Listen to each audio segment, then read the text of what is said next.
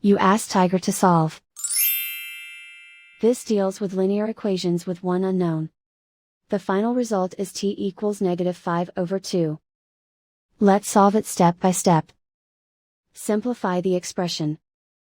Expand the parentheses. Multiply the coefficients. Simplify the arithmetic. Group all t terms on the left side of the equation. Add 8t to both sides. Group like terms. Simplify the arithmetic.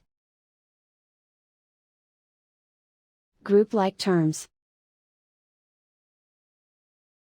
Simplify the arithmetic.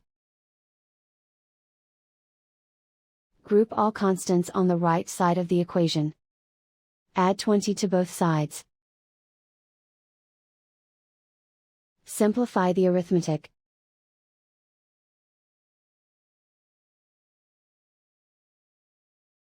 Isolate the t. Divide both sides by 72.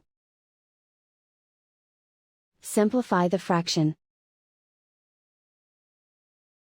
Find the greatest common factor of the numerator and denominator. Factor out and cancel the greatest common factor. And so the final result is t equals -5/2.